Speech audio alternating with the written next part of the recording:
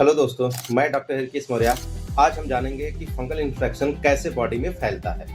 Fungal infection में first part आता है आपका एक्सपोजर। एक्सपोजर मीन्स जो ट्रांसमिशन कैसे होता है, कब फंगल आकर के आपका एडर करता है बॉडी में। जैसे उसके फैक्टर्स होते हैं कि पॉल्यूटेड एयर हो गया, पॉल्यूटेड वाटर हो गया, या इन्फेक्टेड या एक्सपायर्ड फूड मटेरियल्स हो गया, ब्रेड हो गया, उसमें जो फंगस रहता है उसके थ्रू बॉडी कांटेक्ट में आता है। सेकंड आता है आपका है कि एडिशन मीन्स होता है कॉलोनाइजेशन। अब जैसे है कि स्किन हो गया है, रिस्पायरेटरी ट्रैक हो गया है, या फिर आपका सेंट्रल वैस्कुलर कैथेटर्स है, वहां पर एक कॉलोनी अपना बनाता है, जमा होता है, इकट्ठा होता है, बढ़ता है। बढ़ने के बाद फिर इसका इन्वेजन फेज स्टार्ट हो जाता है। इन्वेजन फेज बेसिकली इन्फेक्शियस जो पार्ट बन गया है, बढ़ गया है, आपका इन्फेक्शन किसके थ्रू फैलता है बॉडी। जैसे आपका आता है कि ब्लड है, CSF है, पोटेंशियल फ्लूइड्स है, ये सब क्या करते हैं कि आपका सेरिब्रोस्पाइनल फ्लूइड है, यूरिन है, इन सब के थ्रू जो है वो स्प्रेड होना शुरू हो जाता है बॉडी पार्ट में। फिर इसके बाद आता है चौथा पार्ट आता है आपका इन्फेक्शन। इन्फेक्शन मीन्स होता है जब पूरी तरह से बढ़ जाता है फंगस, तो वो एंड ऑर्गन डिसेमिनेशन कहलाता है,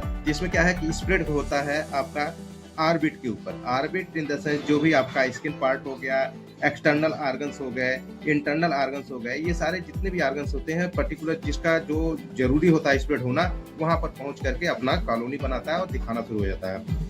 तो जो आपका फंगल इन्फेक्शन आप बेसिकली जानते हैं, खुजली होती है, रेडनेस हो जाता है, स्वेलिंग होती है, लेजन भी होने लग जाता है किसी किसी कंडीशन में। तो उसमें क्या है कि आपको अगर ट्रीटमेंट लेना है तो इसके लिए आप बेस्ट ट्रीटमेंट के लिए कंसल्ट करें अपने डर्मेटोलॉजिस्ट से, क्योंकि इसमें जो होता है कॉर्टिकोस्टेरॉइड बहुत मात्रा में मेडिसिन में पड़ी रहती है, तो इसलिए जो बेहतर है कंसल्ट करें अपना फिजिशियन से।